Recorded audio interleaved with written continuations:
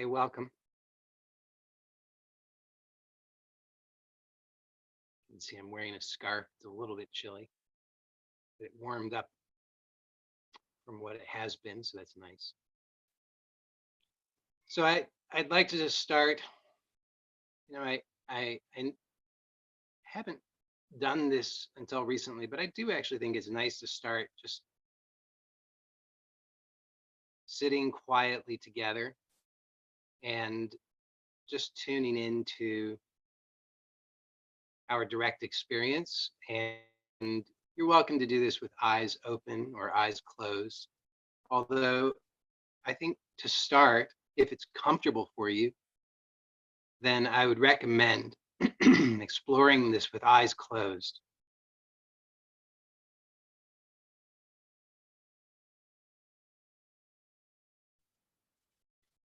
So you may notice all kinds of things. And whatever you notice, just for now, maybe an interesting thing to observe is your reaction to whatever you notice. So you're effortlessly aware of sensations.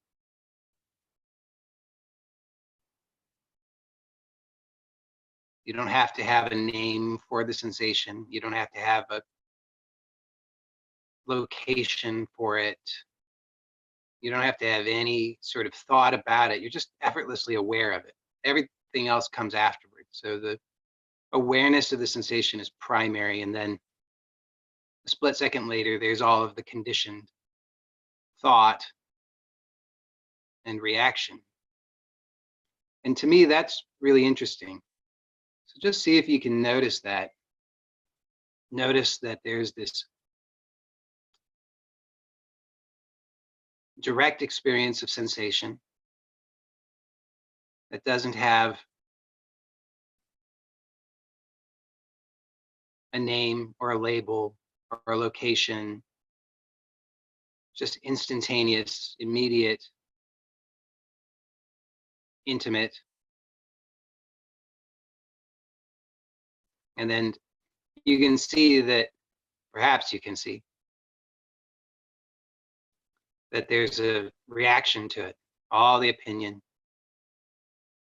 I like it, I don't like it, it's good, it's bad, it's like this other thing it reminds me of. If only it was different, if only this wasn't happening. I'm doing it wrong. If I was doing it right, then this wouldn't be happening. I could hurry up and do it right. Why am I still doing it wrong? Gotta try harder. All of these sorts of conditioned reactions. You can see, maybe, how all of these conditioned reactions are all about trying to get somewhere or get something, get to a state, get it right, experience the right thing.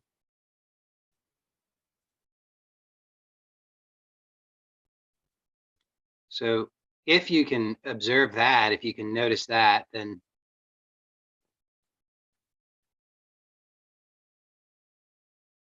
just be curious about the immediacy of the sensation just as it is. See if that curiosity, just see what unfolds from that curiosity. Just see if you can be light with it, be gentle with it,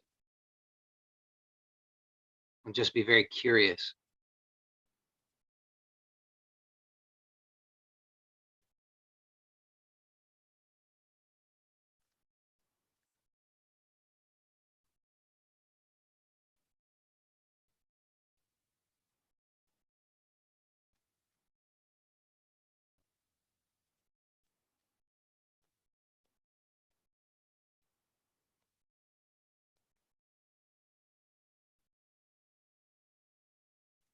And then perhaps you can just notice, are you breathing?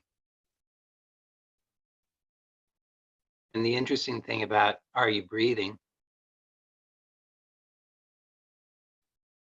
well, there are many things interesting about are you breathing.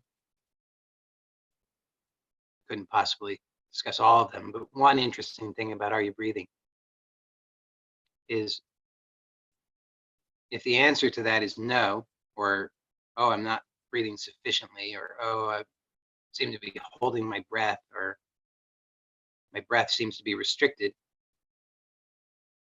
then you could notice what is your reaction to that.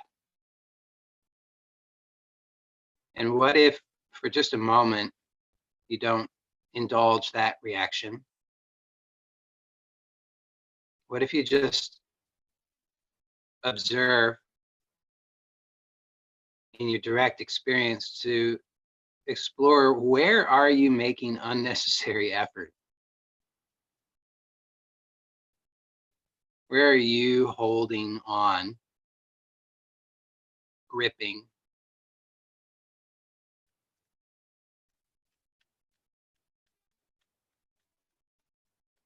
What if, without trying to do so, but just what if you were to invite the possibility of just lightening up a little bit, just easing up on all of the effort?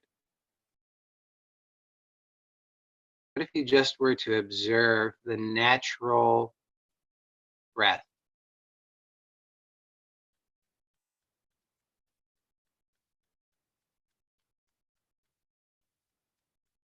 You have all kinds of ideas about what's safe, what's not safe, what's right, what's not right.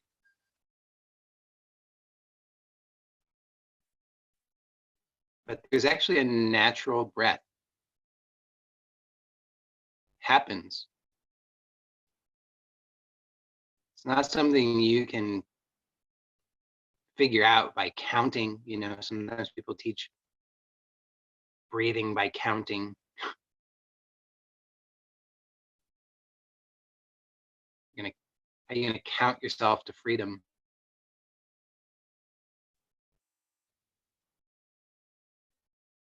Freedom is already here. It's just happening. And the breath is actually this wonderful metaphor that also is not metaphor. It's both metaphor and it's literal.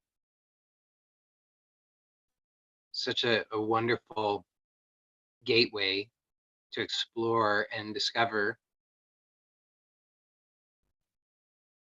how life is happening. The breath is happening.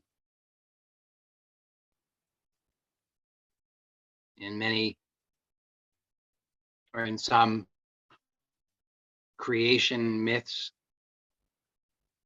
the creator of humans breathes life into them. When we feel that we are in the zone or connected, when we have a sense of oneness, we say we're inspired. Inspired. It's literally to be breathed. We are breathed. So we can just observe, what do we do consciously or unconsciously to try to control the inspiration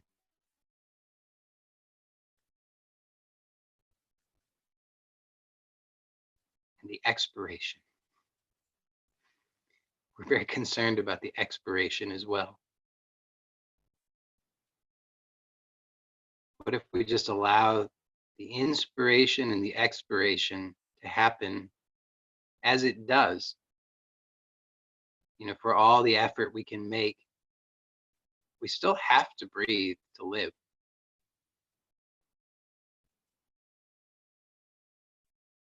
Expiration still happens. We're expiring all the time. Well, half the time.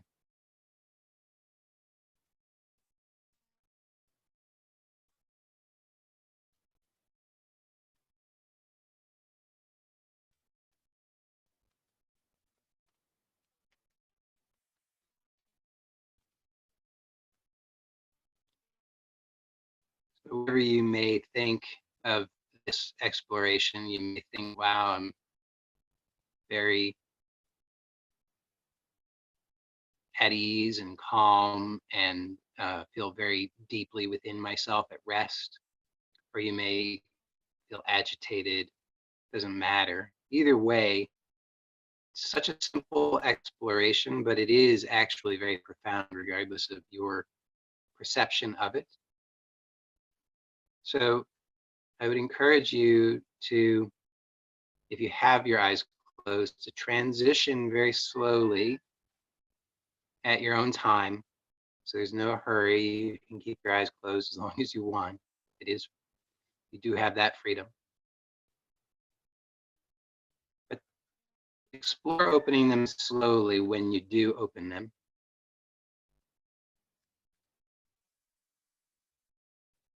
Opening the eyes slowly is an interesting exploration in and of itself because it helps to, if we're observant, it can help to dissolve the sense of separation between inner and outer.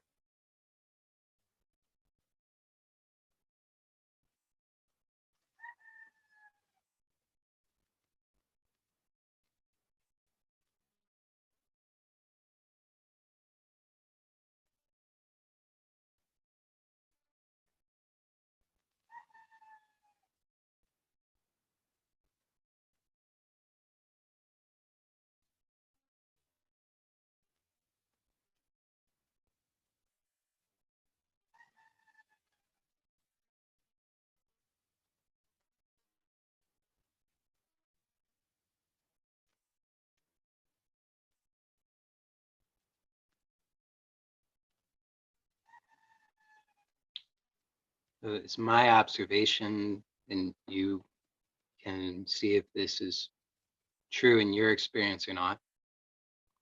But it's my observation that I, and seemingly others, so I'll say we, make a lot of effort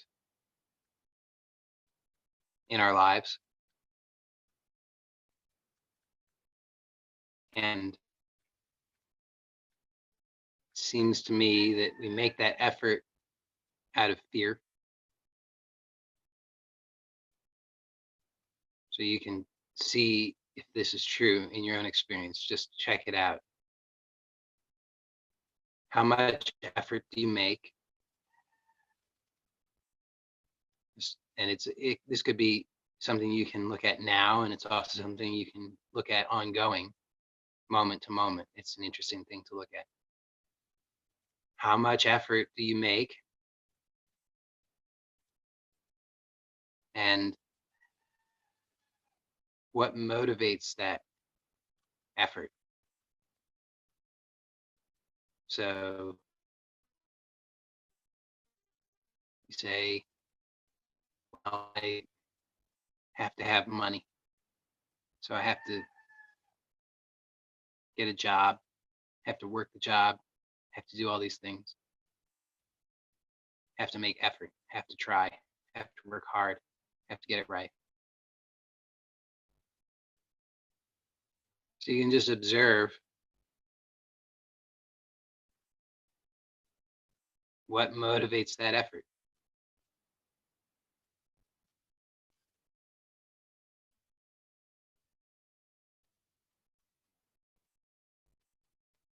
Or you might have a sense that there's some physical ailment or physical pain, discomfort, restriction. And so then you have to make effort, you think. I have to go to the gym. I have to do these exercises. I have to go to the physical therapist. I have to go to the chiropractor. I have to posture. I have to work hard at that. I have to find the right bed to sleep in so that I can fix my back. Okay, so I'm going to make all this effort. And See what is it that motivates that effort. Or I'm lonely. I need companionship.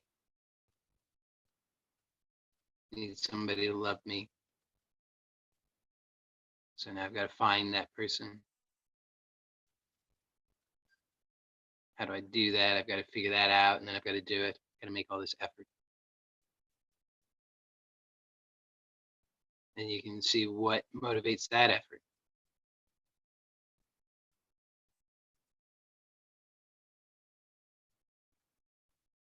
Or you found somebody, you're married, you got kids. Oh no, help me. What do I do? You got to make a bunch of effort. Marriage counseling, self-help books, going out to the bar, trying to avoid whatever. You gotta make some kind of effort, do something, try to fix it, avoid it. And what motivates that effort?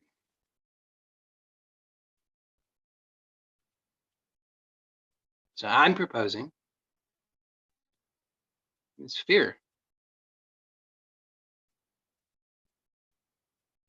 My experience, my observation.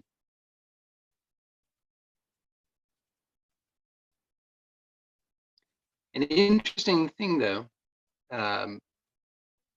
so we have all these problems when we're awake. And then when we go to sleep, isn't that weird? Isn't that weird? You could have all these problems. You can have horrific bodily pain.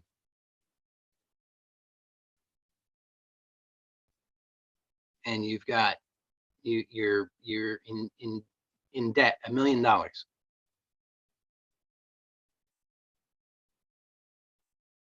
And Vinny the fish is going to break your kneecaps.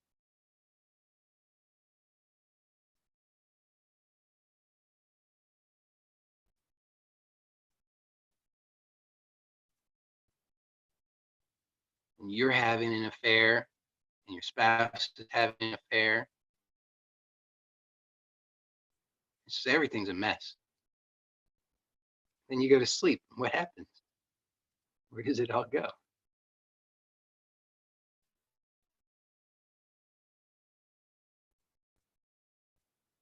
I mean, even if it's only just for a second, for that 1 second, if you're actually deeply asleep for 1 second, in that 1 second, what happens to all of that? Where did it go?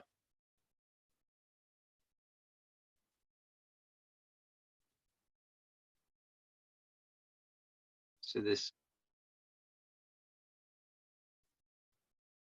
waking, I'll say it, this waking dream character arises with the waking state, right?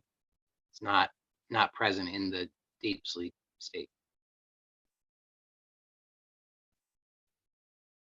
And that character arises with all of the problems. In the deep sleep state, there's no problems. That character isn't there. The character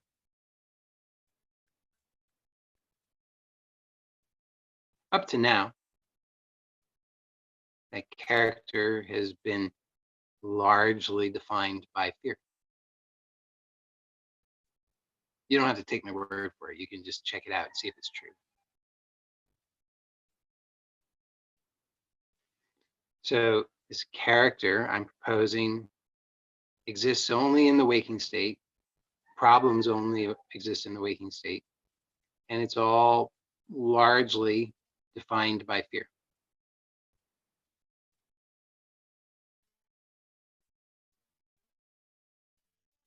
So then this character is making all this effort, which is the flip side of fear. Again, I'm just proposing this, so just check it out and see if it's true. But, you know, if you have no fear, so imagine for a moment, you're just in absolute bliss.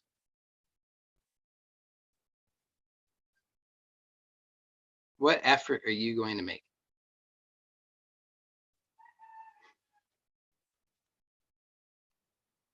I'm not going to make any effort. Why would I make any effort? I'm in complete bliss. I'm not going to make any effort.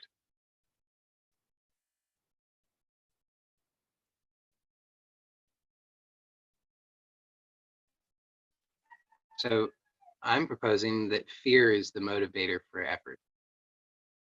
Bliss doesn't motivate effort. Bliss there may be action that happens or movement that occurs with bliss, but that's more of a dance. That's not so much effort.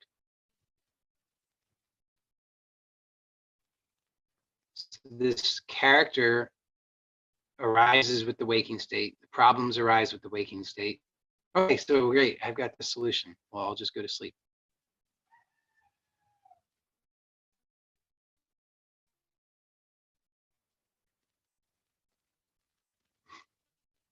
Except for then we're not really satisfied with that. We want to be able to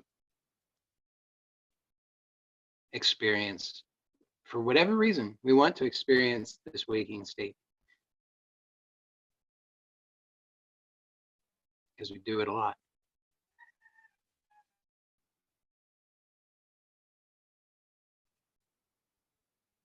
But hopefully you can see what I'm suggesting. This is in the deep sleep state. There's no problem, no pain, no separation, no loss, no grief, nothing, no problem. Stillness. So then some people say, well, yeah, but there's no one there.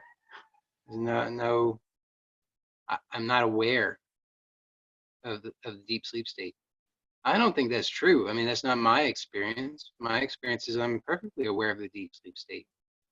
So I can speak of it. If I wasn't aware of it, then I wouldn't be able to speak of it. There are many things I'm not aware of, and therefore I can't speak of them. I can only speak of the things that I'm aware of. I'm aware of deep sleep. I know that I experience deep sleep. I've yet to meet another human who can't tell me that they don't experience deep sleep.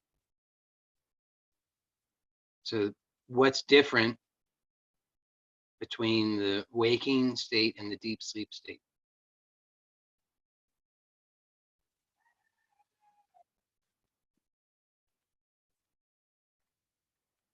We could say a lot of things are different, but I guess maybe a better question is what's the same in the deep sleep state and the waking state? That's probably a much better question, actually. So what's the same?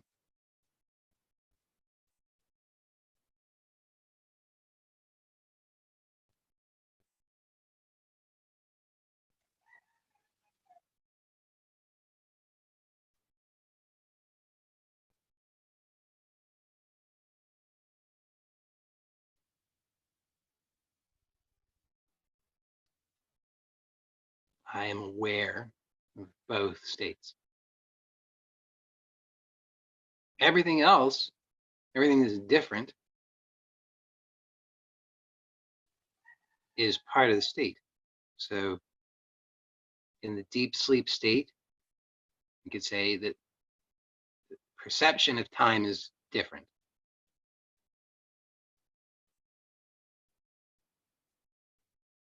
It's my experience. My experience is that in the deep sleep state, the perception of time is different. Also, what's different is there's very little content in the, well, very little of the kind of content that exists in the waking state. So in the waking state, there's a lot of thought, a lot of sensation, a lot of color, a lot of movement, a lot of activity, very gross activity. And I would say that time, this is my observation, that time is based upon those things in some way. There's some kind of connection between the perception of time and all of those other gross level experiences. So then in the deep sleep state, very little of that. My experience. Maybe some people have a different experience. I don't know. So far, when I've spoken to people directly about this, that they confirm that they have a similar experience, that in deep sleep, there's very little content, very little movement, color, sound, sensation, and this perception of time is very different.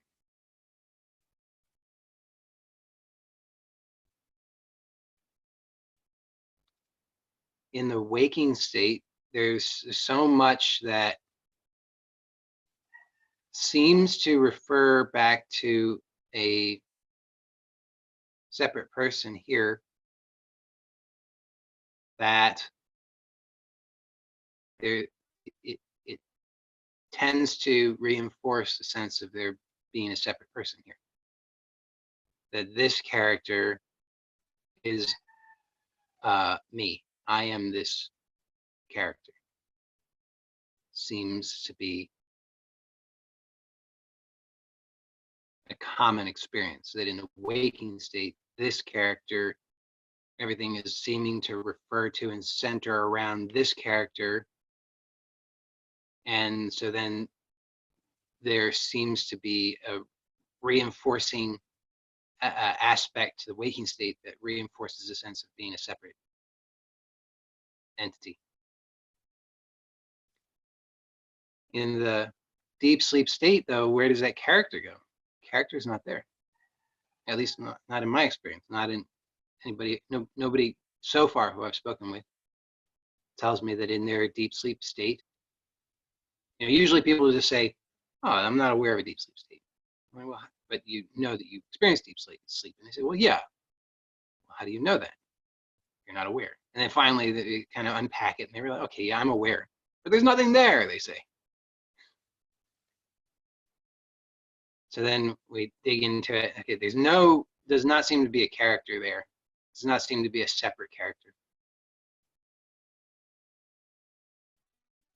So but there is something there. Just can't really say exactly what. There's something. It's subtle.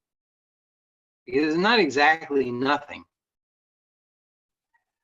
It's just very little in comparison to this. In terms of the waking state, relative to the waking state. If we're comparing it based on the same criteria, then there seems to be very little going on. So there doesn't seem to be a character, a separate character in the deep sleep state. But we're aware.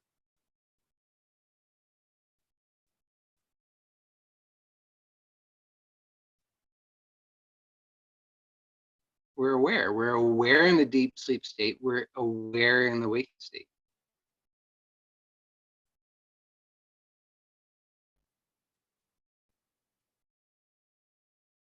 Isn't that interesting?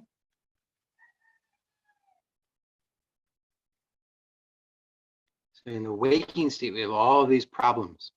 I just think this is fascinating. In the waking state, we have all these problems. The problems arise with this character. The character disappears in the deep sleep state. I am equally aware in the waking state and in the deep sleep state. Who am I? Isn't that fascinating? If I am equally aware in both states and the dream character, the waking state dream character is not present in the deep sleep state, who am I?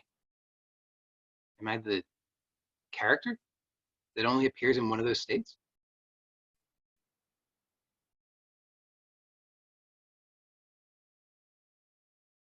And we could introduce the dream state, right? So there's also the dream state. There's waking, dreaming, deep sleep.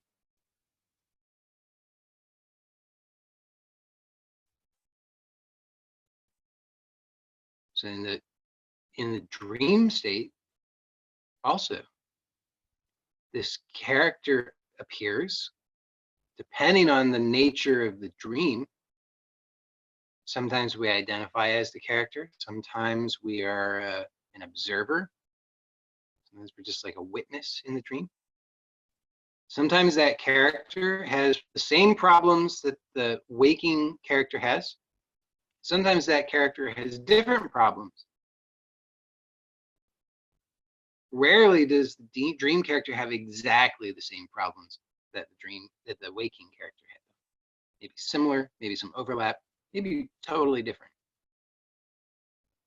But the waking character might go to sleep having a headache and indigestion and some financial problems. And so then in the dream character might have some financial problems, but doesn't have the headache or the indigestion. Or maybe the dream character only has the problem of being chased by a lion. Or maybe the dream character only has the problem of being on the school bus in their underwear. Or maybe the dream character has no problems at all. Maybe the dream character is flying.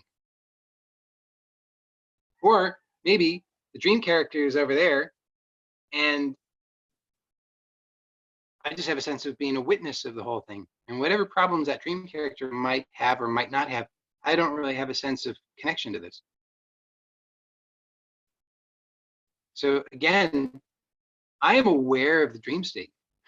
Isn't that fascinating that regardless of the content of the dream, because dreams can be all over the place. They can be so varied.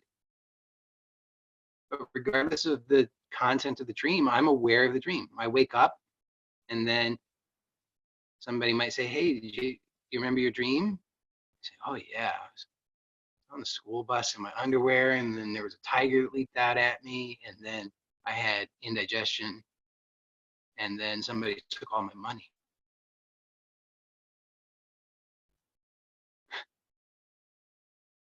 So I'm aware. I was aware. It's like I was, I can sit in a movie theater and watch a movie and then leave the movie theater and somebody says, hey, what happened in the movie?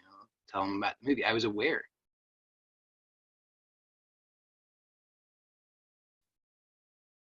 Maybe you ever have a dream where it seems real, in air quotes, it seems so real, and you wake up and you can't figure out, was that real or was that not real? And it takes you a little while before you kind of sort it out. Oh yeah, that wasn't real. It seemed real. It seemed like you were that character and that was actually happening to you. And those were real problems. And those problems were problems that you had to solve. And then you wake up and, and then you wait, oh, it's not, that didn't happen. That was just in a dream. So to me, it's just fascinating. We have these different states in which we are equally aware. States are pretty dramatically different.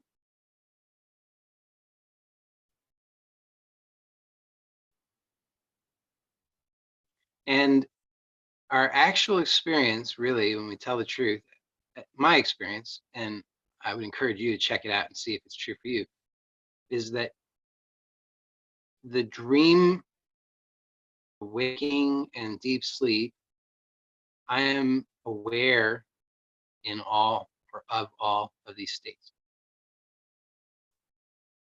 Out of habit, we could say,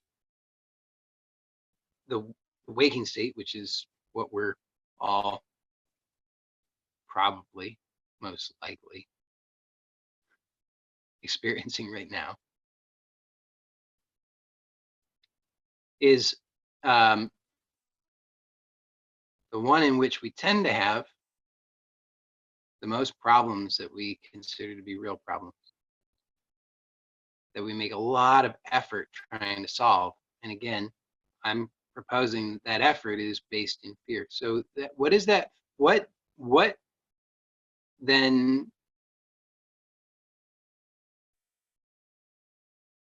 What is it? How does that work? That's what I'm interested in. To just take a look and see how does that work, because it's sort of like let's say it's like an engineering problem. Just want to know, how does it work? Let's not be superstitious about it. Let's not just, cross our fingers and hope. Let's take a look and see what's actually happening. And if it's an engineering problem, then that's good. Because then we don't need to have hope. We can just, through observation, do something, do some engineering. So what's going on? I'm proposing, my observation is that there's in this waking state, there's effort being made. That effort is motivated by fear. And what is that fear?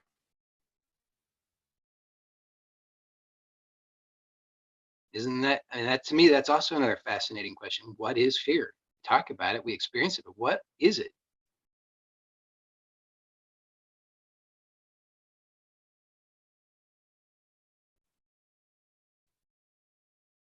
So there's people experience something called stage fright. People who are going to give a performance become fearful, anxious. They get butterflies in their stomach. And so there is actually, what's interesting about this is that there's a class of drugs called beta blockers that reportedly some people use to get over stage fright. So these beta blockers have some kind of effect, energetically, physiologically, in some form or fashion. They have an effect that causes the person not to experience fear. So they were experiencing fear, circumstances, the person in these circumstances, they experience fear reliably. Put them in this circumstance. Hey, you're performing in 5 minutes. And they experience fear. Put them in that circumstance with the beta blocker. How you doing? Oh man, I'm doing great. I'm so looking forward to this performance. It's gonna be so good. So what's different? What is that fear? That fear is a it's something that we do. Let's just put it that way. It's something we do, and it's so conditioned into us that we, and by us I mean into this psycho physio organism. So it's programmed into the organism. It's a thing that we do. If you were unable, so just observe, how do you, when you are afraid, how do you know you're afraid?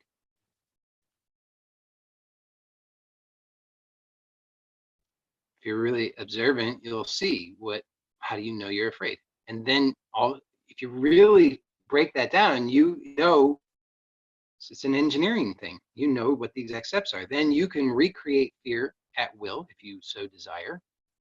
It also gives you the ability to reverse that. Because what's happened is that we are conditioned, this circumstance dictates this response, or rather reaction. It's not even a response because we're not choosing it, we're just reacting. So performance in 5 minutes, reaction.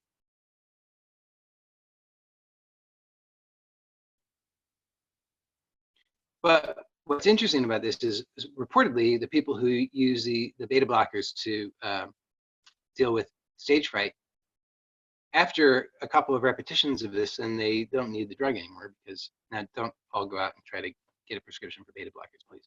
But the after a couple of repetitions of this, then they don't need the drug anymore, because they've reconditioned the nervous system so that it no longer associates those conditions with that reaction, and so therefore it doesn't need to do that anymore.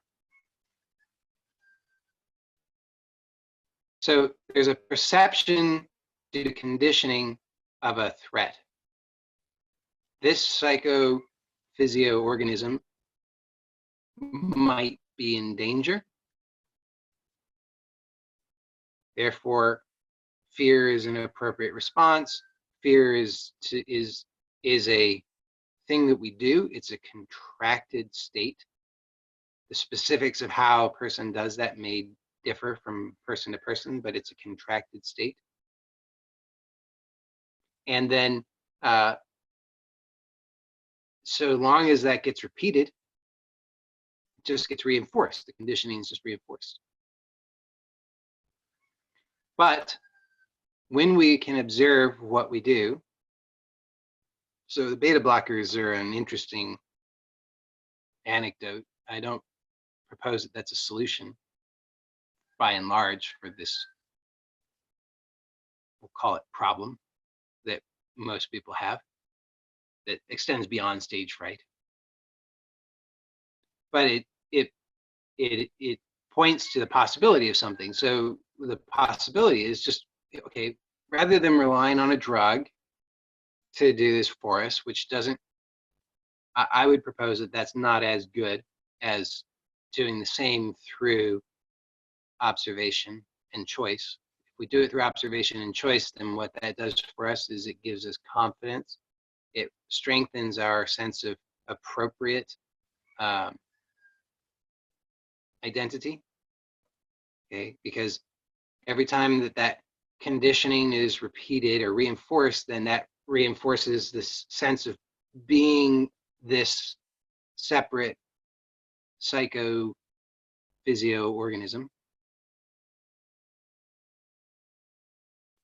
But every time through observation and choice that we can choose not to enact that particular reaction, then it dissolves some of that identity. So then we have greater clarity of, oh, isn't that interesting? Who am I? If I'm not that which I thought I was, who am I? So I'm proposing we can observe what we do. How do we do fear?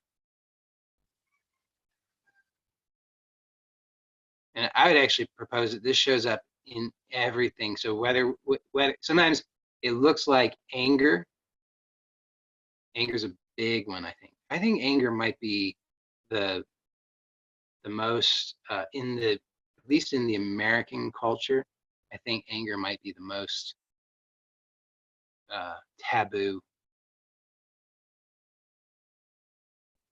So I think we have a very strongly conditioned fear of anger. So it's anger on the surface, but underneath it is fear. That's my proposal. But we can just observe what we do, how we do it. How do I do this in this situation? So you know, I often have said I find it very useful just to observe when I'm noticing reactivity, just to observe, is there actually a real problem? And I would define a real problem as, is somebody's life actually in danger right now?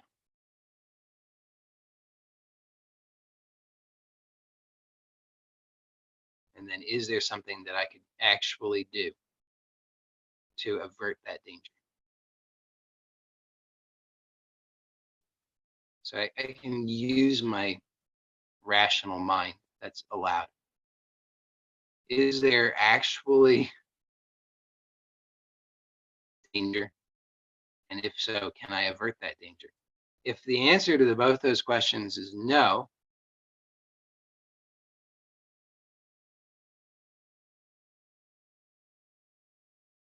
then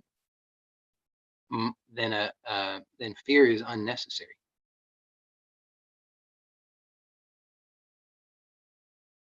Fear is actually not the appropriate response. It's so wild, but And we actually get to choose that. We actually get to say, oh, that's not the appropriate response here. Until realizing that, like most people, I thought I was a victim of fear. So if fear happens, oh no, I'm afraid. Wait for it to go away. Do all kinds of things trying to distract myself or take my mind off it, because those were the only strategies that I had trying to deal with fear. But what I discovered is that through observation, I can, first of all, notice, is this even an appropriate response? It's a conditioned response. It's a conditioned reaction, but is it appropriate? I get to choose. It's so wild, but I get to choose.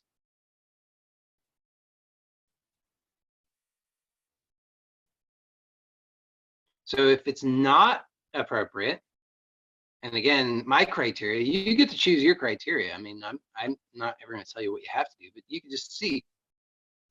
I find, is somebody's life in danger? And if so, is there something that I can actually do to help with that in some way? And if the answer to both those questions is no, then fear is not an appropriate response.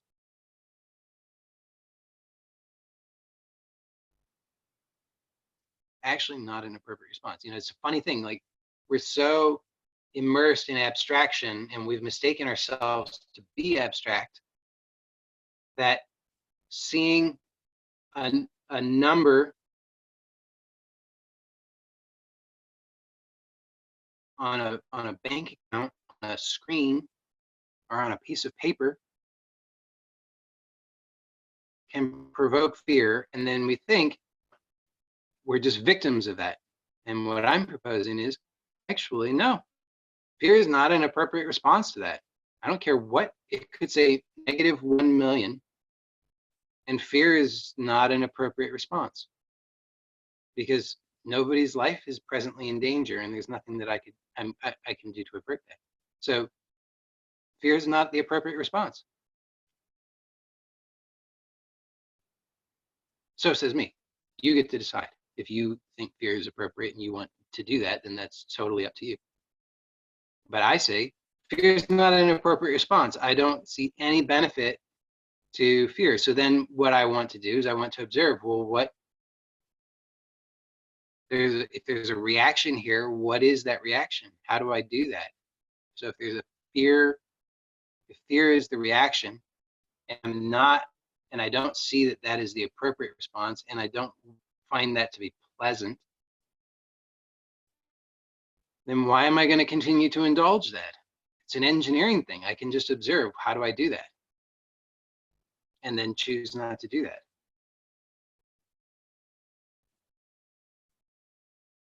I mean, it's like so many things, so many things. Awareness is very, very powerful because when we're aware, we can choose. So if you're, you know, if you're wanting to quit smoking, for example, how do you quit smoking? The answer is obvious, right? Don't smoke. If you have a smoking, an addictive smoking problem, what's the answer to that? If you wish to quit, don't smoke. It's really is, don't smoke. So if you perceive that you have an addictive fear problem, what is the answer? Don't indulge fearful reactions. How do you do that though? Because there are so many people who struggle to quit smoking. Quitting smoking is profoundly easy. It's easier not to smoke than it is to smoke. Smoking takes effort. Smoking does not take effort. It's effortless not to smoke. It takes effort to smoke. Anybody who says otherwise is mistaken, because it actually physiologically requires effort to smoke, and it does not require effort not to smoke. So it's easier not to smoke. From the perspective of, you know, the one who's habituated to smoking, then I'll say, yeah, but it's really uncomfortable. Well, yeah, because there's conditioning there. So I'm proposing it's the same with fear. We get to choose. That's my experience. I get to choose. So then I can choose. Here's this reaction occurring, but I can choose whether to indulge that or not.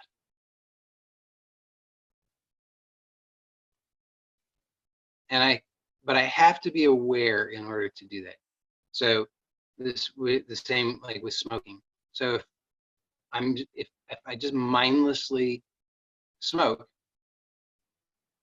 and I'm not aware that I'm doing that, then I don't really have much chance of doing anything differently because that habit is already in place. There's momentum to it.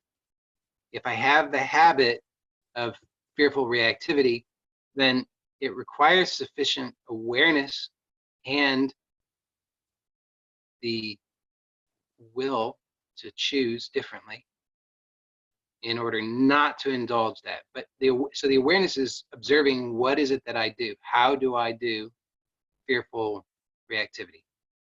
It's an experience that's experienced through the body mind. Therefore, it is an activity, and it is an activity that I can be a conscious participant, or well, conscious participant in, or non-participant, as it were. I get to choose, but I have to do that through awareness. So I have to observe, how do I do it? I can tell you how I do it.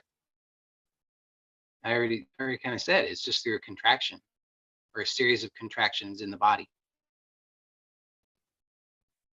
So without the contractions in the body,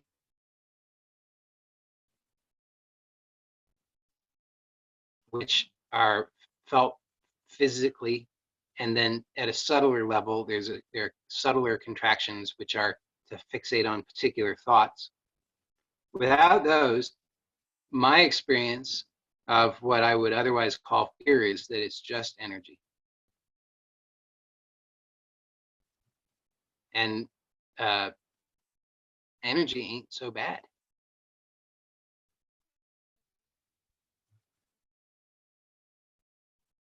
Like, if you didn't have the context for orgasm and suddenly orgasm just occurred, you might freak out.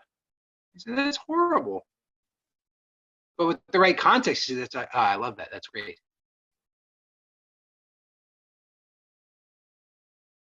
So the context and the way in which it's the conditioning, it's just the conditioning, the way in which we framed it and we've conditioned that determines our perception of it. And so I'm proposing that if we're unhappy with the amount of effort and fearful reactivity that we experience in life, my proposal, this is a very sincere proposal, is that we can, through observation and through choice, we can change the conditioning. Okay, so I say two things that are kind of fundamental here. One, okay, so I'll say the most important of the two, from my perception, is we can decouple the perception or the storyline or the meaning from the reaction. Okay, so that's, I think, very powerful in and of itself. And that just in and of itself, even if that reactivity were to continue, just to have clarity that it is not what I had believed it was, just to see that this is actually just a contraction. It's just a conditioned series of contractions. That's what's actually happening.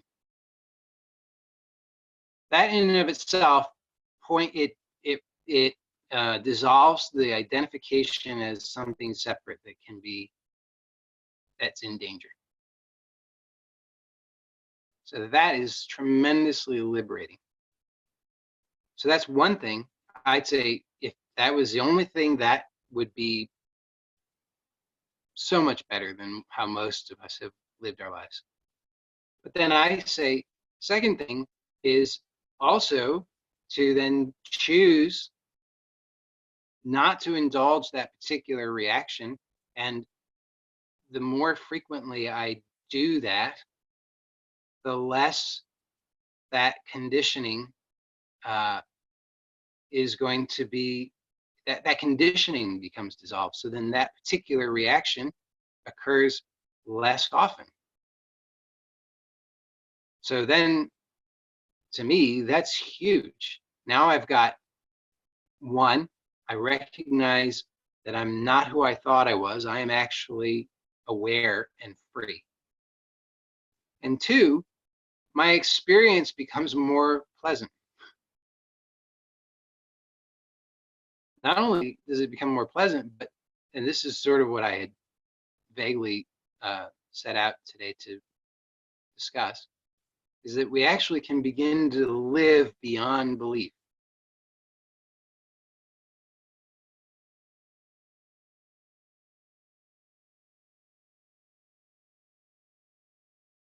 Because you can start to see how all of your beliefs, and this is maybe slightly subtle, so it might be, depending on how aware you are of subtlety, it might be harder to see at this point, but you can actually start to see how all belief is effort motivated by fear.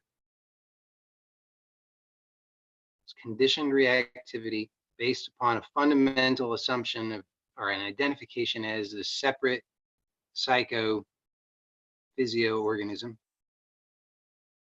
that is in danger.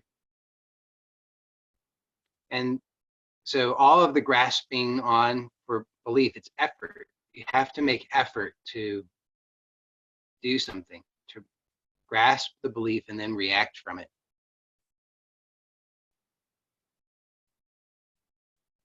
And fundamentally, I'm proposing that all of that effort, and I will tell you that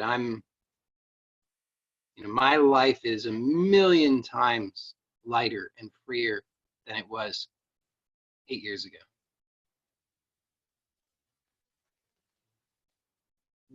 I still have some challenges in life. So I'm not proposing that I'm some great master, but I have observed enough and put this into practice enough that I'm confident of this. It is, to me, it's clearly an engineering thing. And that the more that I observe and choose, then the clearer it gets that actually every reaction is based upon, as I said, that fear of being the separate thing that is in danger, which really comes down to life isn't safe. I'm not safe. So I have to work hard to protect myself.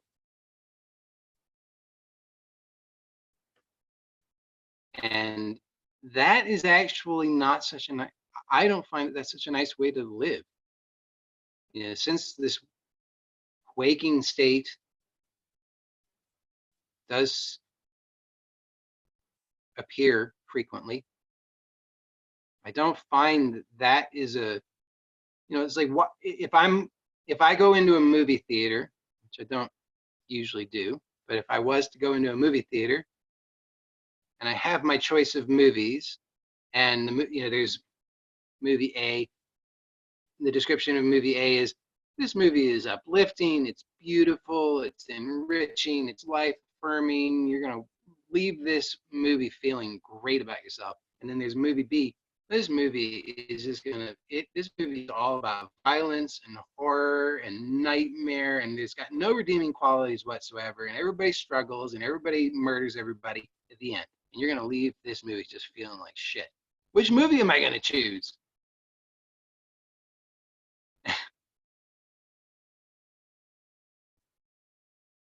To me, it's so simple. Which movie am I going to choose? I'm definitely going to choose movie A. There's zero interest in this movie be. That sounds horrible. So as I'm watching the movie, am I aware that I'm not the characters in the movie? Of course. But I'm watching the movie. So why do I want to watch a movie that's a horrible movie that just feels bad? I don't want to do that. So I could take the position of, and some people do this. Well, there's, there's no, they phrase it in all kinds of different ways. But the point is, however they phrase it, that, well, you're not the character, so just don't get involved.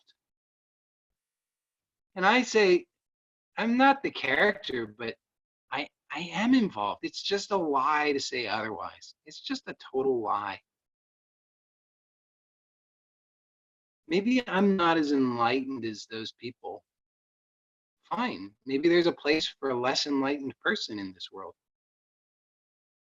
So for everybody who can hear those messages of there is no separate person, the end, and that is that, then you're just, oh, okay, so I'm in total bliss even if I'm miserable.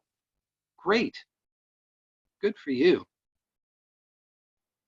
But for anybody else, I think that I'm very happy with what I've discovered. I think this is really neat. I think it's really neat to be able to just observe one's own direct experience, see it as basically an engineering matter. What's actually happening? What am I doing? Do I have choice in this? Sure enough, it seems like I do. Stop doing that. And then from that, I get to discover that I have actually, what's actually happening is just that there is energy. That energy has been locked up. The rivers were dammed. So the energy wasn't flowing. And there's certain events that occur that trigger things, and then it's like painful, uncomfortable, because it highlights how there's a blockage, how it's not flowing. So, hey, who's causing the blockage? Who's damming the flow? Oh, I am. All I have to do is stop doing that. And then what happens? Then there's flow. So I'm going to say one more thing, and then I'm going to shut up possibly for a moment, which is that when that happens, yeah, I think this is also an important point for anybody who's actually following me on this, is that we get to, so if we get to that, we observe, we become aware of what we are doing, how we do it, and we choose not to do that so that we're not damming the flow. Then there's flow. Then what can happen is then there's flow. So it's like we've kinked the hose. Maybe people have had this experience. You've got a garden hose. When I was a kid, it was always fun to do. In the summer, kink the hose, and then release the kink. And the water that was kinked in the hose, suddenly, because the pressure had built up, shoots out the end of the hose. So there's increased pressure momentarily before it evens out. So similarly, when my experience is when I stop doing whatever it is that I've been doing, stop that damming of the flow, it's like unkinking the hose. Then there's this rush of energy.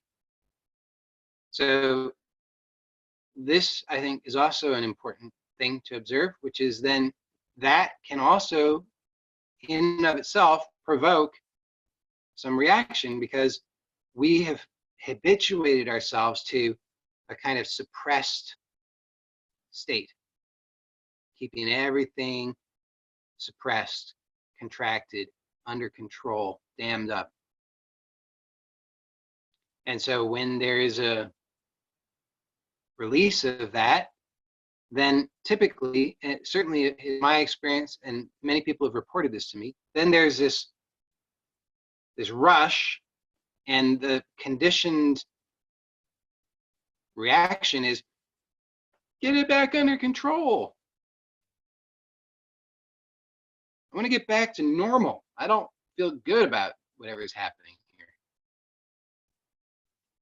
So that, from my perspective, is a very important moment to continue to have, call it vigilance, just a continued commitment to that same observation and non-indulgence of the reaction. So it takes a kind of, I talked about this last week. It's like it is faith. That faith grows as the more that I repeat this, the more that faith grows, because then I have in my direct experience lots of repetitions that reinforce that when I observe and don't indulge the reactivity, then there is a release of energy, and B, as I continue to observe and not indulge the conditioned reactivity, that energy enlivens my life in a pleasurable way. My initial reaction may be it's too much, suppress it. But if I continue to not indulge that reactivity, what happens is then my conditioning changes. I can't forcibly change my conditioning. The conditioning changes through that release of energy. That release of energy, it's like you could visualize it like it's cleansing the conditioning. So then I get to experience in this waking state movie more pleasure.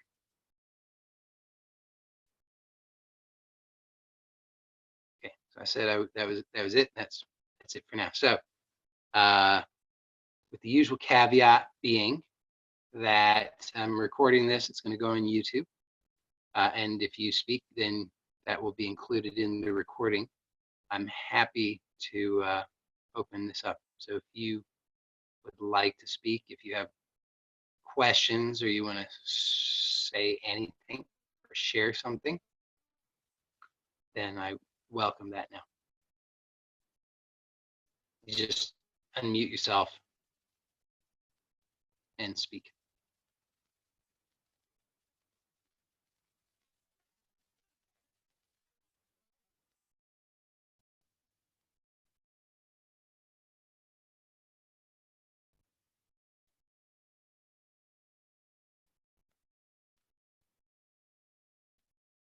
Hi, Joey. Hi, Allison. I really appreciate everything you've said, and it all rings so true. And just right now, today, I seem to be at a point, and I get to this point very often, where I realize I'm holding on to something. I have a belief that it should be different. I say if I didn't have this belief that it should be different, I would feel open, and I would feel happy, and yet it doesn't seem to release itself. I know you've addressed that in your talk, and I'm sorry I came in late. I had a commitment, but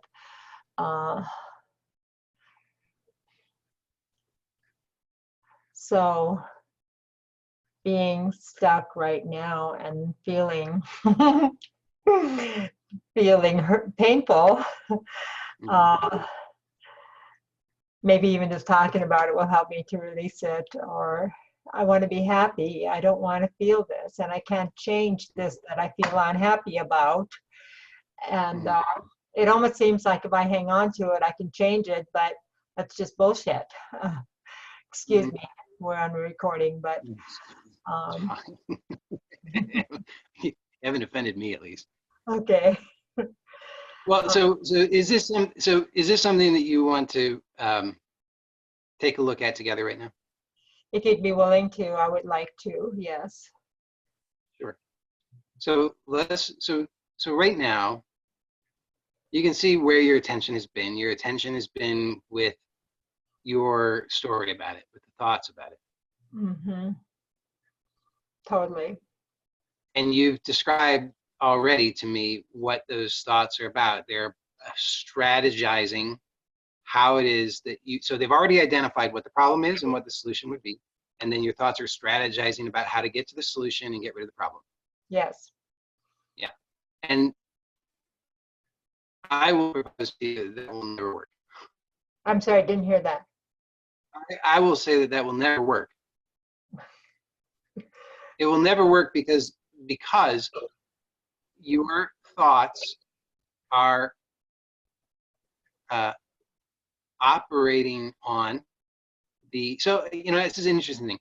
Oftentimes people, and I've maybe done the same, people have a low opinion of thoughts, but actually I would say thoughts are not a problem. Thoughts are a means. They are a way in which they are part of the creative process. But what it is that is operating the thought. So let's say they're a tool, okay? And if they are being used by if they're being used by something that is, so let me describe this. Okay, so you could imagine any tool, a hammer, for example. A hammer is a tool. Okay, it just does a thing. It just has that function. Now, somebody can use the hammer to nail together a house, build shelter. So then that seems like a very literally constructive, positive thing. On the other hand, somebody could use the hammer to smash a window or to hit somebody. Destructive, violent, hurtful. So who's to blame? The hammer? No. The hammer can't take credit for either of those. The hammer is the tool.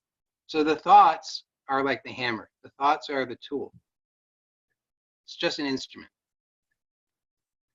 But what is using the thoughts? So in this case, what's using the thoughts is the conditioned reactivity.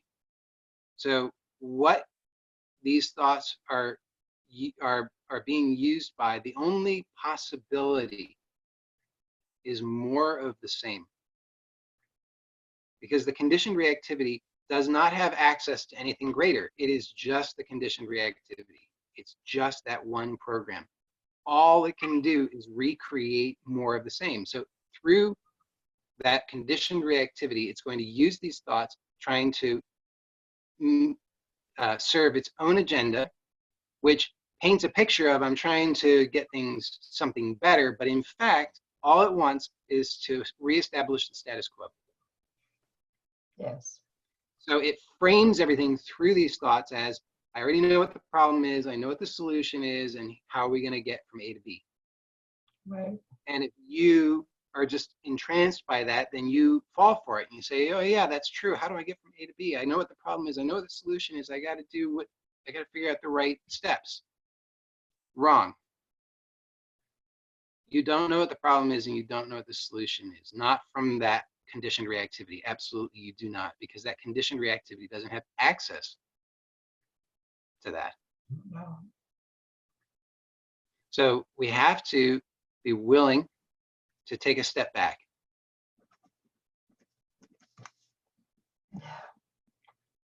So let's just take a step back right now. So if we take a step back, we don't know. Not at that level, okay? So we take a step back, and for a moment, let's set the thoughts down. We might pick them up later because we might make use of them for the creative process. But for just a moment, if we've been out smashing windows and somebody taps us on the shoulder and say, hey, you sure you want to do that? Maybe we should just set the hammer down for a moment. So let's just set the thoughts down. They're there. We're aware of them. That's fine. We don't need to blank them out. We don't need to fight with them. Just for a moment, we're not going to touch them. And let's just tune into what's really been going on. So the thoughts are there, and the thoughts are all about the circumstances and what happened and what you have to do and blah, blah, blah, blah, blah, blah, blah. But for a moment, let's tell the truth, which is, it is never actually about that. Never about that. That's just the story about it. Because those same exact circumstances could have played out, and if you felt differently, it would be a totally different thing. If you felt absolutely at ease and happy and contented and fulfilled, you would not only not care so much, but you would actually feel good about what happened.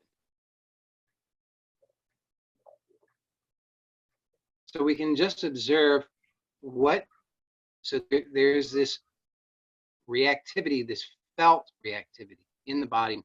You can feel it in the body.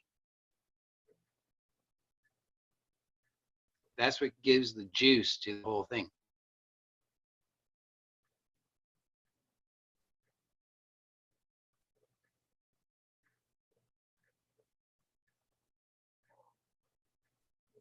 And that's what you're trying to manage. That's what you're trying to fix. So here's a secret about that. You still are in the habit of viewing that through the lens of the conditioning, okay? Conditioned reactivity, which identifies that feeling as that's bad.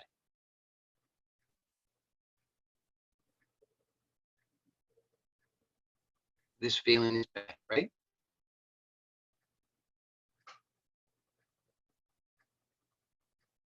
Yeah.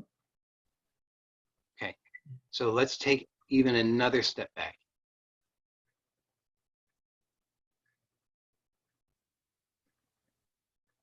And just observe the feeling. Forget for a moment whether it's good or bad.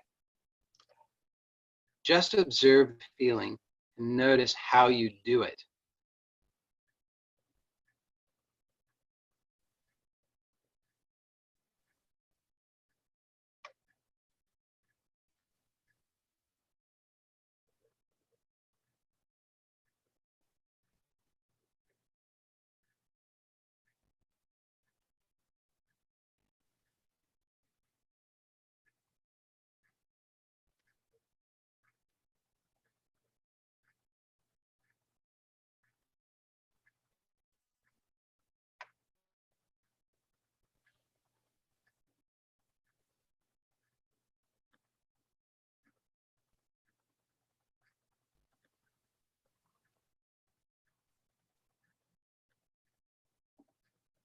There's certainly more relaxation here.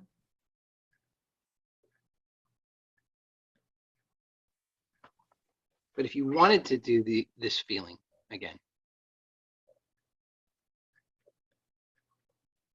I just want you to observe how you do it. So think about the problem again for a moment.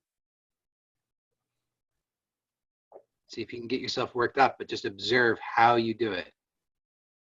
How do you produce this feeling?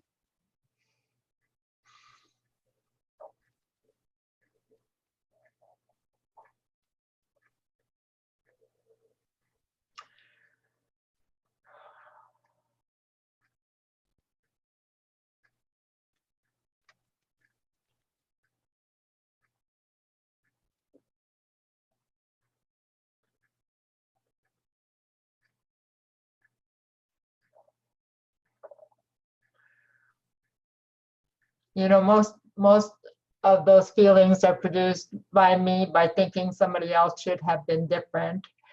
And if they would be different, then I would feel more lovable or less threatened to be abandoned. That's part of it, yes. But what I'm wanting to see is, so if those thoughts happen, which they sometimes do, okay, then that's just going to be the case until it's not. Okay.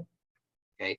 So if those thoughts happening means that you now have to be a victim because you're going to have this feeling that to you is the worst thing, and then your whole life becomes about trying to solve the problem of that feeling, that doesn't sound good. So then either you have to work really hard to make sure you never have those thoughts, which sounds like another kind of hell, or what I'm proposing is if you can just observe how, so the thought happens, but the thought is just a thought. So if you were to think the same thought, try it just silently to yourself. Think the same thought, but think it very, very slowly. Just that slowly.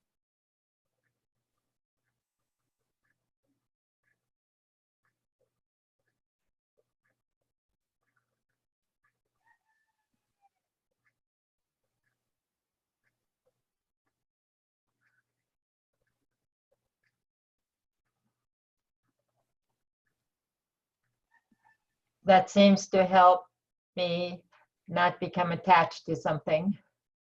Right. So it's the point is just that it's different then, right? So the thought itself isn't the problem. No. The thought itself doesn't have the power you thought it had. So what I want to see then is, or what I'd like you to see is what does happen. So when the thought happens quickly, then it triggers something in you. And if you slow that down enough, if you slow down so that you can observe the steps, okay? So there's the thought, let the thought happen really quickly, and then slow it down from there. Observe what happens. Where do you feel it in the body? What happens next? Then what? Just see if you can observe that, because if you can observe that, then you know exactly how you do it, and then you can reverse it.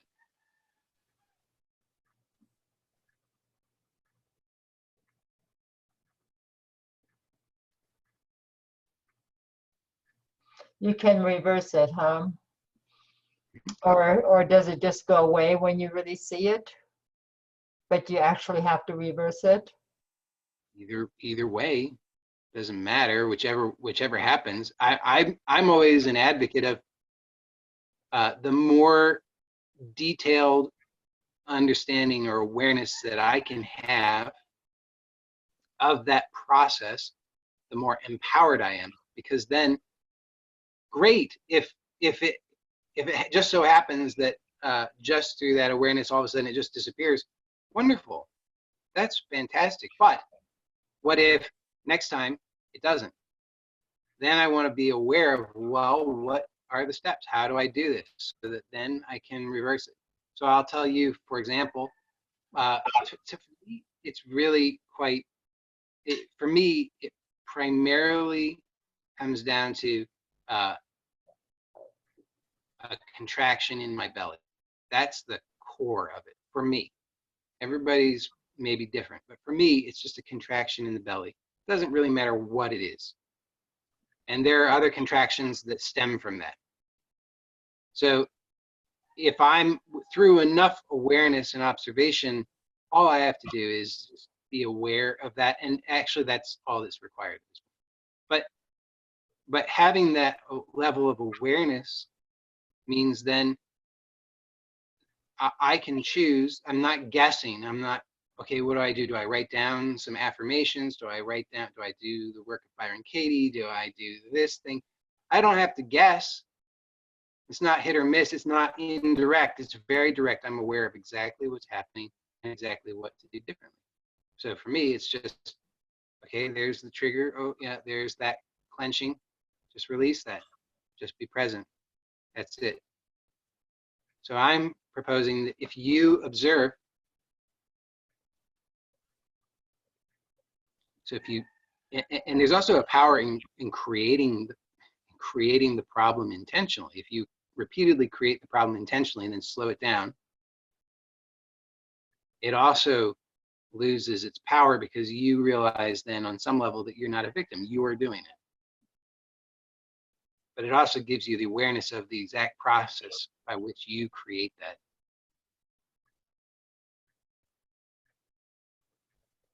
And but the key is, okay, that you cannot, expect or be looking for this instantaneous experience that you think of as pleasant for confirmation that you've done it successfully, because you have to acclimate to what is new. So the human nervous system is by its nature, it is conservative. It's designed to keep us alive. So it's always looking for problems. Everything is unsafe. Everything's a threat. That's its design.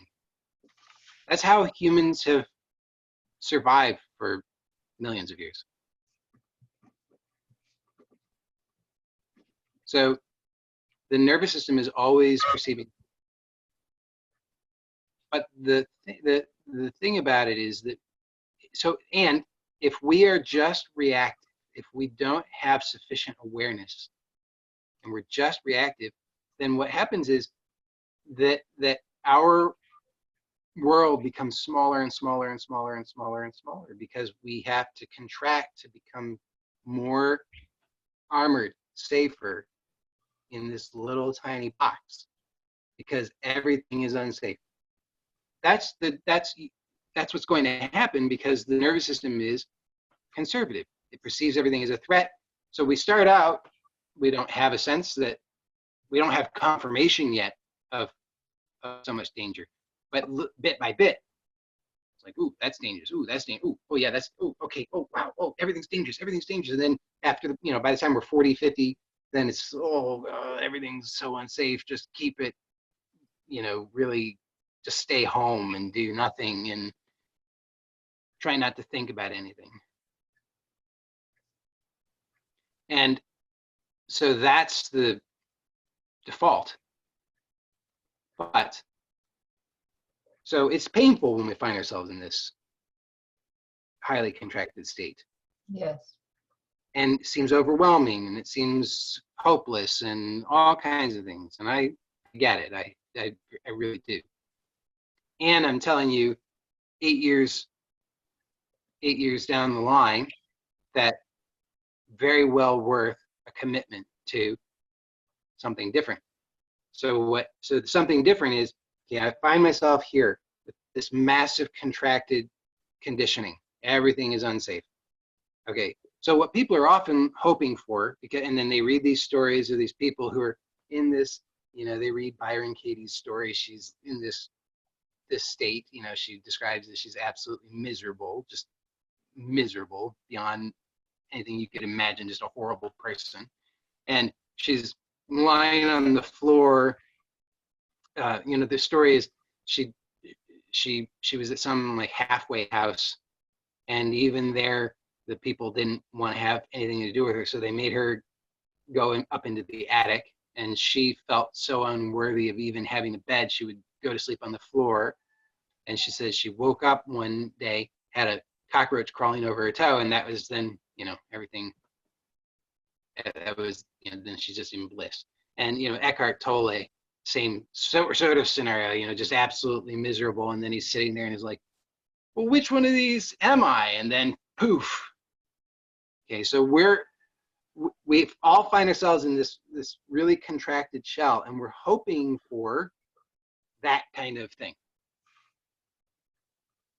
But, be careful what you wish for, because the thing that, that then in Eckhart Tolle's story, he went to be homeless for years trying to process that. So we don't really know. Was that so fantastic? I don't know. Are we sure we really want that? I don't know. And anyway, that's not what I don't know I don't know a process for that.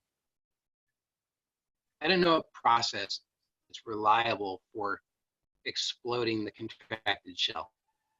What I do know a process for is moment to moment, as conditioning is presenting itself, that what is absolutely beyond question available, as far as I'm concerned, is that I can just observe.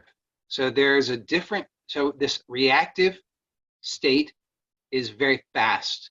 You can observe that. You can notice the feelings are fast, the thoughts are very fast. So if you slow down any of it,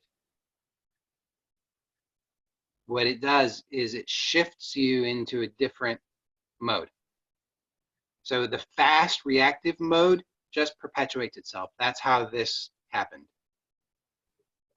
So we can shift to another mode. We can shift to that mode by slowing down. So we can slow down so many ways. You can use any way that works. I mean, the simplest is just stop. Just within yourself, just stop for a moment. Just be here. But if that's not clear, then you can just observe your natural breathing. It's very powerful just to observe your natural breathing. You can observe how we started out, and you might want to listen back to this, the recording when it's up on YouTube, because I know you missed that, but that we started this meeting with just that, just observing the natural breath is a great way to slow down. You can slow down just by observing where in the body you are contracting, and just choose to soften that. So there are a lot of different ways, but we slow down. Or you can use a trick like slowing down the thought, putting space between the words. It's a good trick. Mm-hmm. So then we slow down, and this shifts the mode so that now we can observe.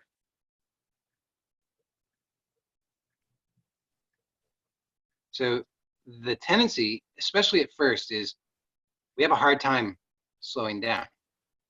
So then we just want to leap back into the reactivity. So we just have to keep slowing down. But as we slow down more and more, it gets easier. Because as I've talked about with faith, it grows the faith, because we have then, previous to that, everything was just confirmation of life's unsafe, life's unsafe, life's unsafe. As we slow down, we start to have more confirmation of actually life is safe. Despite the fact that my conditioning says everything is unsafe right now and that I'm in grave danger, I slowed down for 2 seconds and I didn't die. So I have proof now embodied that I cannot deny that actually life is safe for those 2 seconds. So the more I repeat that, the greater the faith grows, because then I have this embodied experience of life is safe.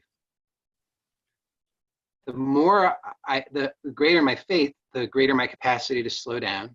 The greater my capacity to slow down, the greater my capacity for observation. The greater my capacity for observation, the greater awareness that I can have of the process that I engage in to generate this state of misery.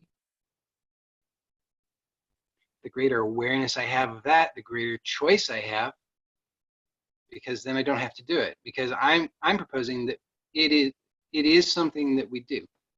So whatever is happening for you, and you don't have to give me any of the details, because I can observe now that you are in no danger.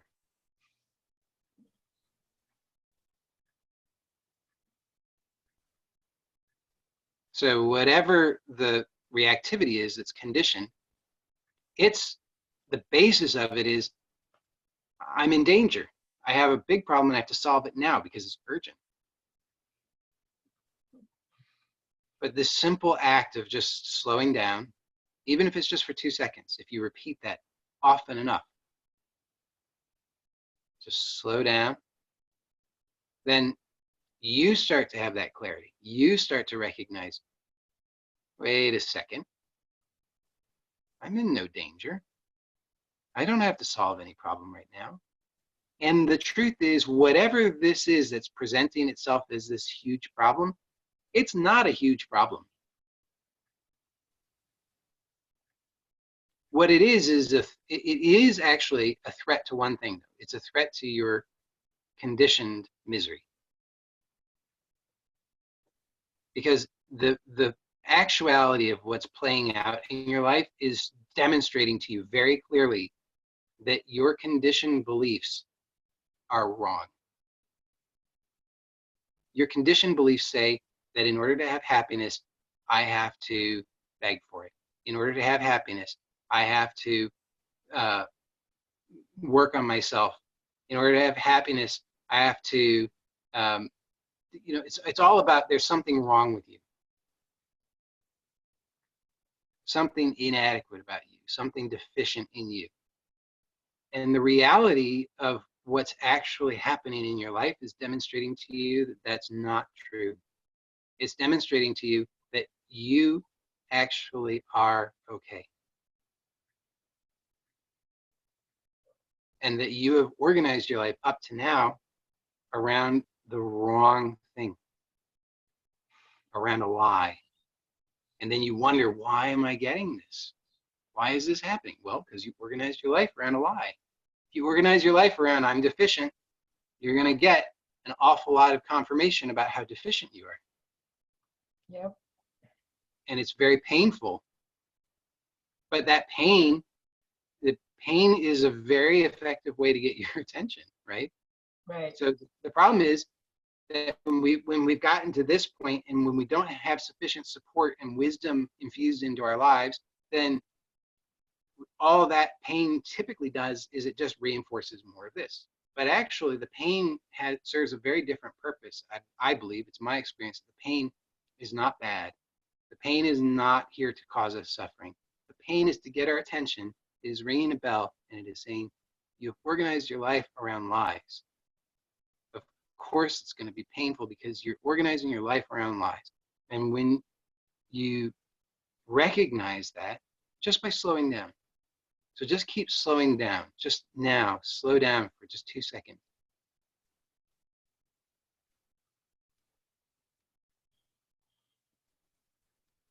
And you can see that the only thing, when you really slow down, there's actually no proof here that you're deficient. In order to get to deficiency, you have to speed back up. Get back into the problem. So then slow down again. And then you leap back into, oh yeah, but, oh, ooh, ooh. And then it seems like you're deficient again. So you slow down. And at this stage, that conditioning has a lot of momentum to it. So you get yourself into the situation with the person, in the place, whatever. It's going to be more challenging for you, most likely, to slow down because there's going to be so much stimulus that's going to be provoking a lot of this reactivity. So then it's going to feel challenging, most likely. But that's why practice when you're in this environment is so helpful, because that builds that faith. It strengthens the clarity of what is true. What's true is what's here when you don't have to do anything, when you don't have to go grasping for something or clinging to something or trying to understand something, just what's crystal clear when you make no effort whatsoever.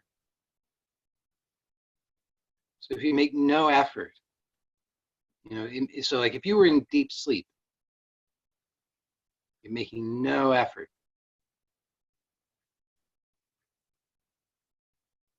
In deep sleep, there's no evidence whatsoever of deficiency. Right. So that's what's actually true. What's actually true is, you don't have to disprove deficiency, because the burden of proof exists for having to prove that it is, when in fact it's abundantly obvious that there's a complete absence of deficiency. It's like this. I would call that a Santa Claus problem. You can't prove to me that there is no Santa Claus. Somebody has to prove that there is a Santa Claus. So we've had it turned around, right? You think that you are responsible to prove that you're deficient. And that's how we find ourselves. I have to prove that I'm not deficient. So I'm going to do all these things to prove that I'm not deficient. Look at how smart I am. Look at how great I dress. Look at how nice I am. Look at all the things that I've accomplished. I'm not deficient. But that's like trying to prove that there is no Santa Claus. You can't do it. It's not going to work because it was never true to begin with. You were never deficient.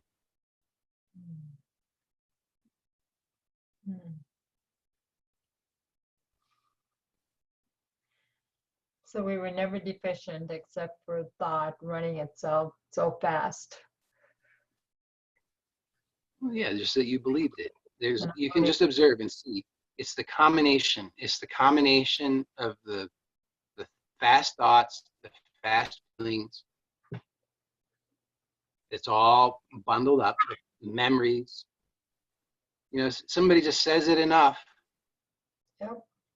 They say, you're deficient, you're deficient, you're deficient, you're deficient, you're deficient. Maybe the first 99 times, you don't believe it at all. The 100th time, something, say, huh? Pay attention. And at that very moment, there was something happening, and there was some feeling, and there's those thoughts, and it all just came together. And then it's like the bit of sand that is the irritation that forms the pearl over time. So over time, it just grows and grows and grows. And we say, look at my pearl of deficiency. See, I have so much proof of how deficient I am. But it's not true. It never was true. So you slow it down. Slowing it down enough, it's like if you slow down if you were to slow down the pearl enough, and you had a big enough, broad enough perspective that you could see it taking place over time, you would see it for what it is. You would see that there was a point at which there was no sand, and then there was the sand, and then there was the irritation, and it grew and grew, and you would see what is this pearl? And you would see it's nothing. That is so helpful, Joey. I see it much more clearly.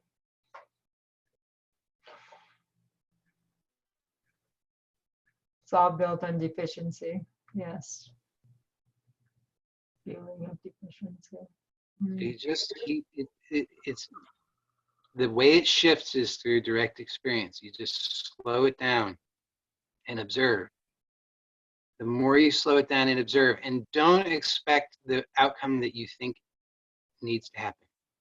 That's so important, because if you're, I know I already said it, but it's definitely worth repeating. If you wait for the outcome, or if you're checking for the outcome that you think is the right outcome, you'll miss it. So the outcome, the actual outcome will be one, when you slow down and you see it, when you really see it, the actual outcome is just that. It's just different. It's just new. Your nervous system might interpret it as uncomfortable, might interpret it as boring, might interpret it as not enough, might interpret it any number of ways. But if you are persuaded by that to, oh, well, I've got to do something and fix it, then you miss it.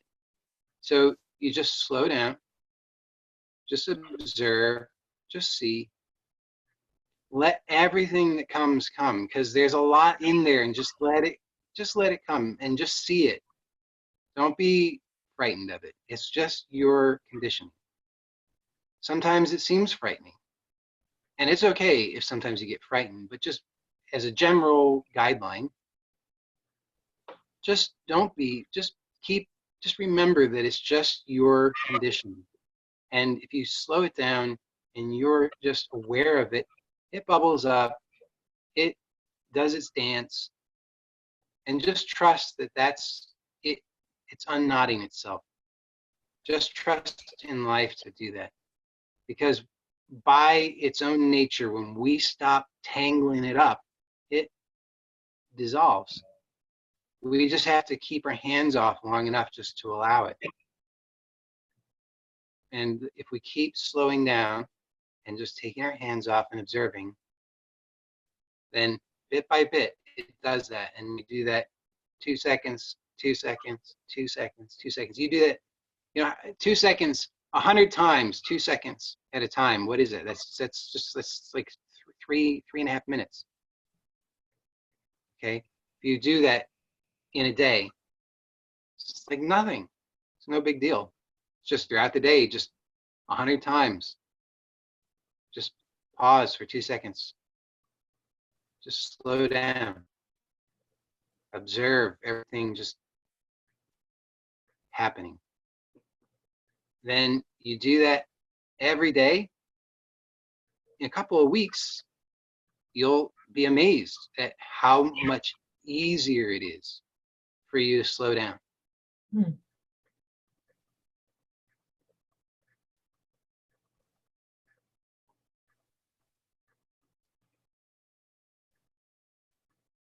That's very helpful. Thank you so much. Good.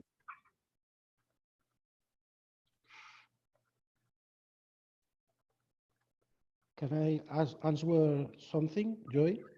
Sure. Can you hear me well? I can hear you. Thank you. For you, it's a question about to be aware of the reactions. It's like when you are aware, you are not in the grip of the reaction, and you can be the observer.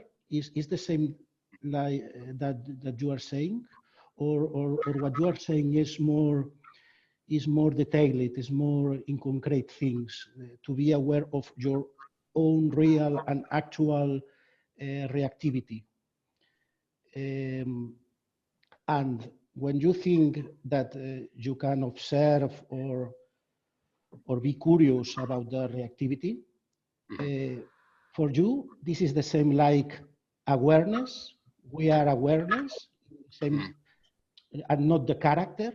When you say that you are aware at night, are you talking about this kind of awareness? Not a state, only I am aware now, for example. I don't have to do nothing to be aware. Yes. It's not a state that I can lose or something. That Correct. Yeah. This is enough? Well, enough for what? Enough for being able to be the observer and slow down and bit by bit doing this reeducation. Because my question is about, it's enough to be aware when, for example, I am angry or fearful in these times, or we have to be very, very conscious about how do, in my case, do the things when I am reacting. For example,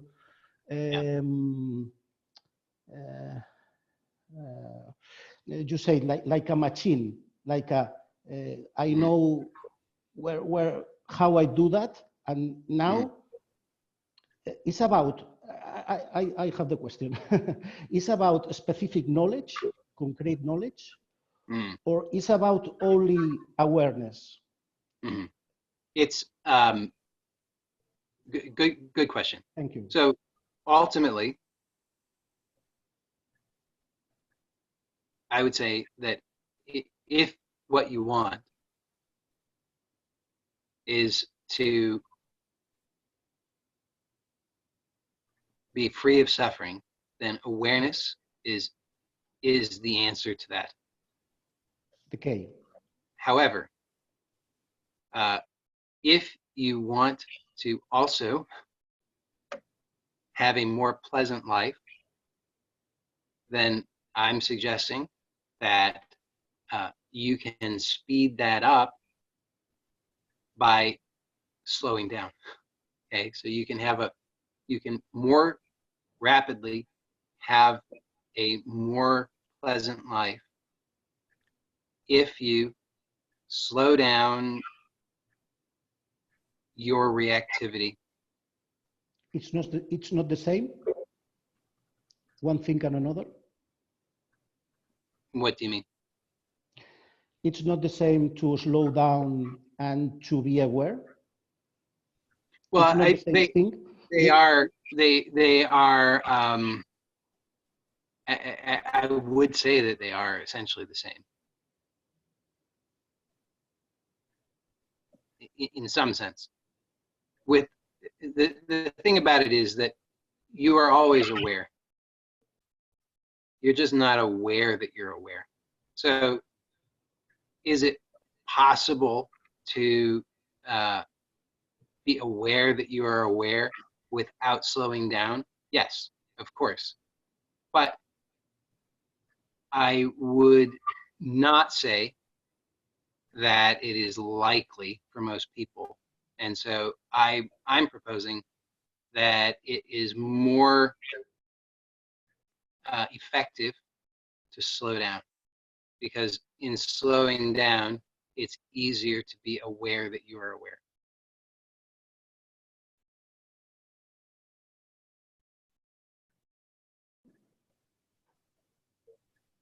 Okay, like a tool.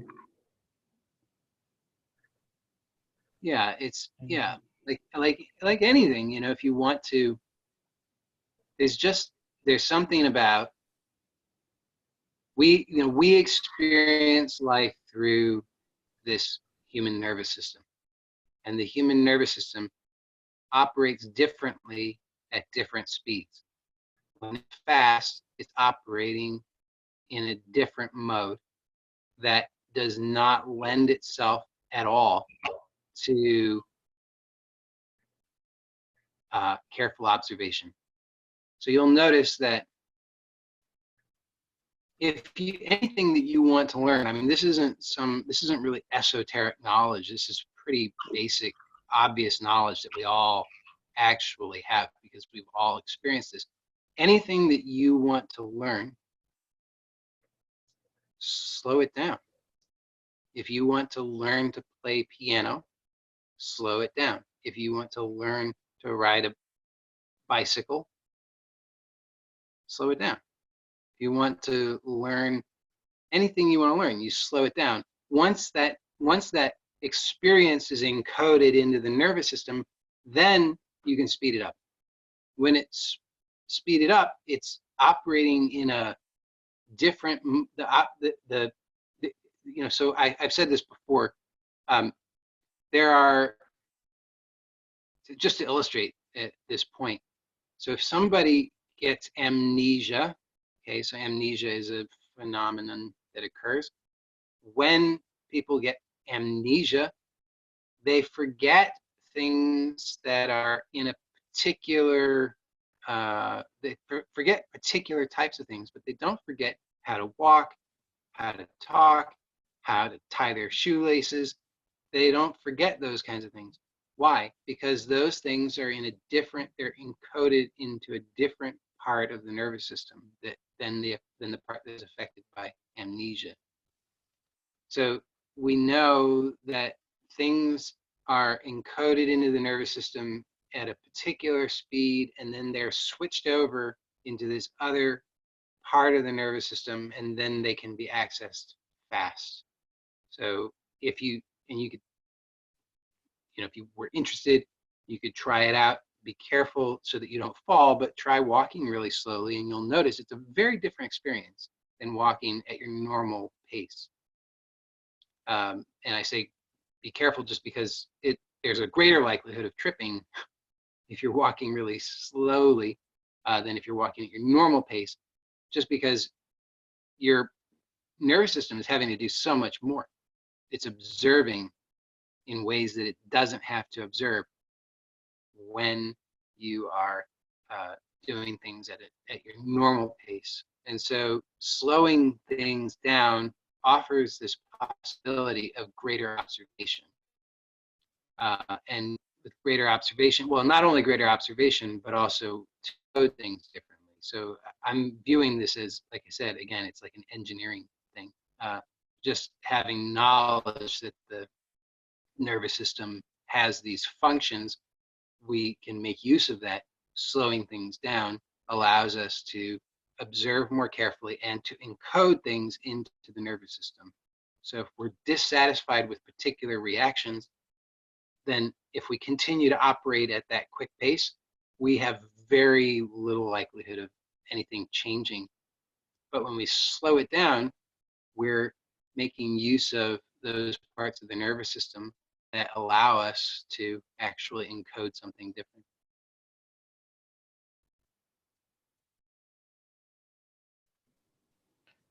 To slow down and then watch the reactivity. Yes.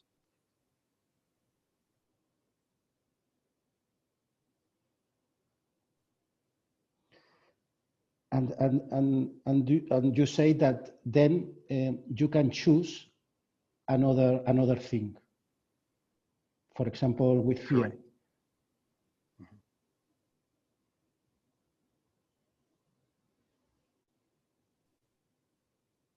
Yeah, and also respecting that there's typically a network of many things associated with any particular reaction, and so it may require multiple repetitions. It may not be instantaneously the first time you slow down that you can change that conditioning entirely.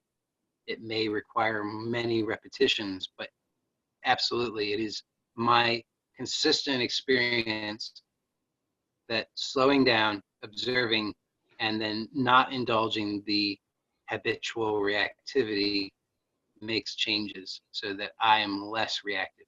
And then I could choose, if I wanted to encode a different response, I would be free to do that. And the last question, when you talked about to see if we are in real danger or not, comes to me the question from Eckhart Tolle, I think. To see, for example, in a difficult situation, to ask yourself, what is the not in a difficult situation, in a normal situation, to ask yourself, what is the problem now? In order to try to see that your reaction, your fearful reactivity, is wrong, is a kind of conditioning. Yeah, if that's useful for you, then that would be great. Anything that works for you is great, and that seems like a reasonable question because it just points to. Yes, for you, points for the same. Say that again. For you, this question points to the same that you were saying. Yeah. In order to see that I can't you don't have a real problem now. Right. Do you understand? Yeah, it just causes the person to take a look and see what is there a problem? What is the problem?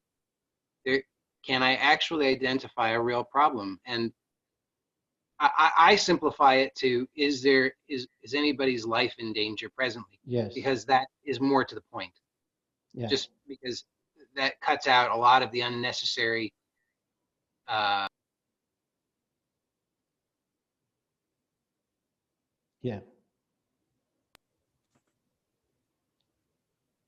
Yeah, I understand. I understand. But maybe we are not the characters of the dream or whatever, but we have to pay bills and the other things. What do you explain that? Yeah, and if you are identified as this character, then this is a helpful way to ease that identification so that you don't perceive yourself to be suffering.